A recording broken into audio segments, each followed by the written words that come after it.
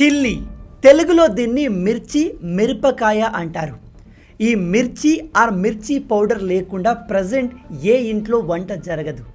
అసలు మనం మిర్చి లేకుండా వంటను ఇమాజిన్ కూడా చేయలేము. అలాంటి ఈ మిర్చి గురించిన ఒక ఇంట్రెస్టింగ్ విషయం చెప్తాను, జాగ్రత్తగా వినండి. నిజానికి ఈ మిర్చి మన ఇండియాలో పుట్టింది కాదు.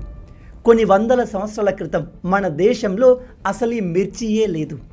నిజానికి ఈ మిర్చి పుట్టింది అమెరికాలో, స్పెసిఫిక్గా చెప్పాలి అంటే మెక్సికోలో, సెంట్రల్ అమెరికా ప్రాంతంలో పుట్టింది. అక్కడ ఉండే అప్పటి నేటివ్ అమెరికన్స్ 6000 సంవత్సరాల క్రితం దీన్ని పంటగా పండించేవారు. మరి దీన్ని ఇండియాకు ఎవరు తీసుకువచ్చారు అంటే వాస్కో డి గామా. ఇతను 1498లో ఇండియాకు సముద్ర మార్గాన్ని కనుగొన్నాడు. అతని వల్లే ఈ మిర్చి మన ఇండియాకు ఇంట్రడ్యూస్ అయ్యింది.